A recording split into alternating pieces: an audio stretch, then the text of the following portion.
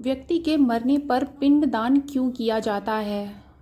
मृत्यु जीवन का अटल सत्य है, यानी जिसका जन्म हुआ है उसकी मृत्यु निश्चित है। पृथ्वी पर आए हर एक जीव को इस लोक को छोड़कर जाना पड़ता है। भगवान कृष्ण ने भी गीता उपदेश में आत्मा को लेकर कहा है कि शरीर नश्वर होता है और आत्मा अमर होती है, यानी मृत्यु के बाद शरीर भले ही नष्ट हो जाता है लेकिन आत्मा जीवित रहती है। अब प्रश्न यह है कि यदि आत्मा जीवित रहती है तो मृत्यु के बाद आत्मा का क्या होता है? इसका जवाब आपको हिंदू धर्म के महत्वपूर्ण और पवित्र ग्रंथ गरुड़ पुराण में मिलेगा।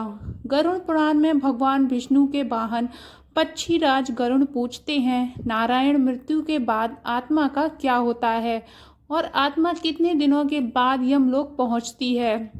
गरुड़ के सवालों का जवाब देते हुए भगवान विष्णु कहते हैं, मृत्यु के बाद जीवात्मा को यमलोक तक की यात्रा करने में पूरे 47 दिन लग जाते हैं। इन 47 दिनों के दौरान उसे कई तरह की यातनाओं का भी सामना करना पड़ता है।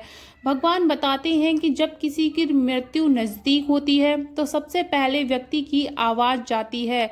इसके बाद मृत्यु से कुछ समय पहले ही व्यक्ति को दिव्य दृष्टि प्राप्त होती है, जिसमें मनुष्य सारे संसार को एक रूप में देखने लगता है और इस तरह से उसके शरीर की सभी इंद्रियां स्थिर हो जाती हैं। जब व्यक्ति की मृत्यु हो जाती है तो यमलोक से तो 2 दूत आते हैं और दूतों को देखकर आत्मा शरीर का त्याग कर बाहर निकल जाती है। आत्मा के शरीर त्यागने के बाद यमराज के दूत आत्मा के गले में पास बांध कर देते हैं और उसे यमलोक ले जाते हैं।